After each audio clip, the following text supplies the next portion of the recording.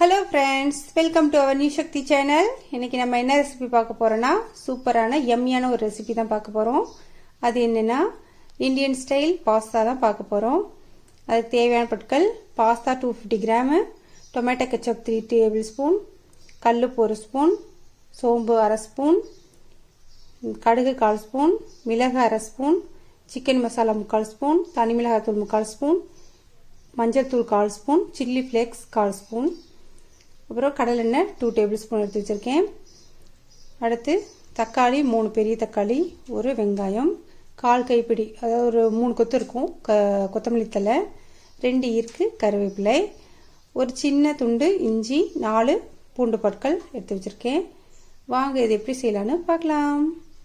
First இந்த தக்காளி இந்த சோம்பு இது ரெண்டையும் பேஸ்ட்டாக அரைச்சிக்கலாம். வெங்காயம் கொத்தமல்லி தழை இதெல்லாம் வந்து குட்டி குட்டியாக கட் பண்ணிக்கலாம். அடுத்து இஞ்சி பூண்டு பேஸ்ட்டில் இதை வந்து இஞ்சி பூண்டை வந்து பேஸ்ட்டாக அரைச்சிட்டு வந்துடலாம். நெக்ஸ்ட்டு இந்த பாஸ்தாவை பாயில் பண்ண போகிறோம். வாங்க எப்படி செய்யலான்னு பார்க்கலாம்.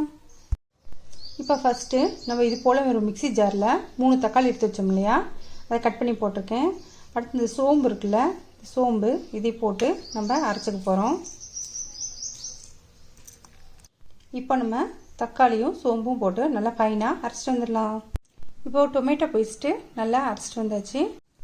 இப்போ இது போல் ஒரு பாத்திரத்தில் நான் ஒரு 1.5 சொம்பு தண்ணி ஊற்றி வச்சுருக்கேன். அது நல்லா பாயில் ஆகட்டும்.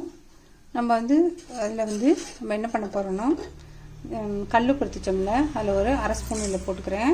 அப்புறம் எண்ணெய் கொஞ்சம் ஊற்றிட்டேன். ஏன்னா பாஸ்தா அப்போ தான் ஒட்டாமல் வரும். உப்பும் எண்ணெயும் போடுறதுனால பாஸ்தா ஒட்டாமல், பாஸ்தா சப்புன்னு இல்லாமல் கொஞ்சம் உப்பு சேர்ந்து நல்லா பாயில் ஆகி வரும். அதுக்கு தான் போடுறோம். இப்போ தண்ணி நல்லா பபிள் விட்டு கொதிச்சு வர ஆரம்பிக்குது. இப்போ நம்ம எடுத்து வச்சுக்கோங்களா 250 கிராம் பாஸ்தா இதை இதில் போட்டுக்கலாம்.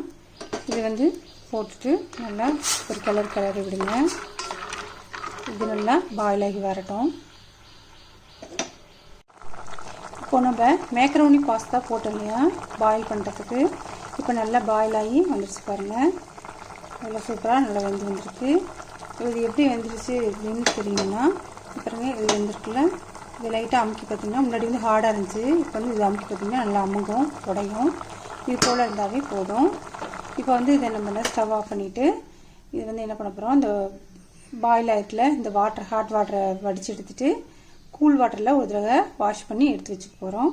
வாங்க பார்க்கலாம். இப்போ பார்த்திங்கன்னா நம்ம பாயிலான இந்த மேக்ரோனி பாஸ்தாவை ஹாட் வாட்டர்லேருந்து வடிச்சிட்டு கூல் வாட்டரில் ஒரு தடவை வாஷ் பண்ணி கொண்டு வந்து வச்சுருக்கேன். இஞ்சி பூண்டு பேஸ்ட் அரைச்சாச்சு, வெங்காயம் கொத்தமல்லி தழைலாம் கட் பண்ணியாச்சு. வாங்க இது எப்படி செய்யலான்னு பார்க்கலாம். இப்போ இது போல் ஒரு கடாயில் எண்ணெய் 1 ஸ்பூன் எடுத்து வச்சுருக்கேன். அதில் கடுகு 1/4 ஸ்பூன் போட்டிருக்கேன். கடுகு பொரிஞ்சு வந்தோடனே நம்ம எடுத்து வச்சுருக்கோமில்ல இந்த இஞ்சி பூண்டு பேஸ்ட் இது போட்டுக்கலாம். இப்போது இஞ்சி பூண்டு பேஸ்ட்டு நல்லா வதங்கிருச்சு. இப்போ எடுத்து வச்சுருக்க கொத்தமல்லி தழை, வெங்காயம் இதை போட்டு நல்லா வதக்கிக்கலாம். சிம்லேயே வச்சு வதக்கிக்கோங்க. வெங்காயம் கண்ணாடி பதம் சொல்லுவாங்க இல்லையா, அந்த அளவுக்கு வதங்கணும். அது வரைக்கும் நல்லா வதக்கிக்கிங்க. வதங்கினோன்னே இப்போ அரைச்சி வச்சுருக்க தக்காளி பேஸ்ட்டை போட்டுக்கலாம். தக்காளி போட்டு நல்லா வதக்கி விடுங்க. பச்சை வாசனை போகிற அளவுக்கு அப்படியே வதக்கி விடுங்க. சிம்மில் வச்சு வதக்கி விடுங்க. இப்போ தக்காளியும் ஓரளவு நல்லா சுருண்டு வந்துடுச்சு. இப்போ எடுத்து வச்சுருக்கோம்ல உப்பு, மசாலா பொருட்கள், சில்லி ஃப்ளேக்ஸு இது எல்லாத்தையும் இப்படியே போட்டுடலாம். இதில் அப்படியே நல்லா சேர்ந்து வர மாதிரி கிளறி விடுங்க.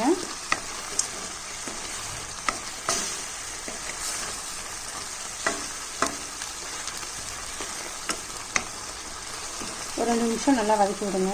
இப்போ போட்ட மசாலா பொருட்களும் நல்லா வதங்கி வந்துடுச்சு. இப்போ எடுத்து வச்சுருக்கோம்ல பாஸ்தா பாயில் பண்ணி வச்சுருக்கோம்ல அதை போட்டுக்கலாம். இது போட்டு நல்லா கிளறி விடுங்க. எல்லா மசாலையும் படுற மாதிரி நல்லா கிளறி விடுங்க. இப்போது நம்ம பாஸ்தா ஆல்மோஸ்ட் ரெடி ஆகிடுச்சு. எவ்வளோ கலர்ஃபுல்லாக சூப்பராக இருக்குது பாருங்கள். அப்படியே ஒரு சிம்லேயே வச்சு ஒரு 2-3 நிமிஷம் கிளறி விடுங்க. லாஸ்ட்டாக இந்த டொமேட்டோ கெச்சப் வச்சுருக்கோம்ல 3 ஸ்பூனு அதையும் போட்டு கிளறி விட்டுடலாம். நம்ம டொமேட்டோ கெச்சப்பையும் போட்டு நல்லா கிளறி விட்டுடலாம். இதுவும் நம்ம சுவையான Indian style macaroni pasta ready ஆயிடுச்சு. பார்க்கவே எம்மியாக சூப்பராக இருக்குல்ல. சிம்மில் வச்சு ஒரு 2 நிமிஷம் கலரி விடுங்க.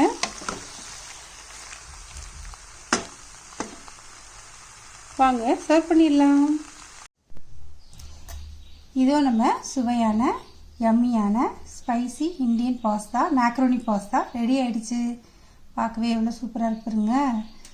உதிரி உதிரியாக ஸ்பைசியாக கலர்ஃபுல்லாக எவ்வளோ டேஸ்ட்டாக இருக்குல்ல. இதே போல் பாஸ்தாவை நீங்களும் செய்து பயன்படுத்துங்க. இதே போல் ஈஸியான டேஸ்டியான ஹெல்த்தியான ரெசிபீஸ்க்கு நம்ம நியூ சக்தி சேனலை லைக் பண்ணுங்கள், கமெண்ட் பண்ணுங்கள், ஷேர் பண்ணுங்கள், மறக்காமல் சப்ஸ்கிரைப் பண்ணுங்கள். பக்கத்தில் இருக்க பெல் பட்டனையும் அழுத்தி விடுங்க. தேங்க்யூ ஃபார் வாட்சிங்.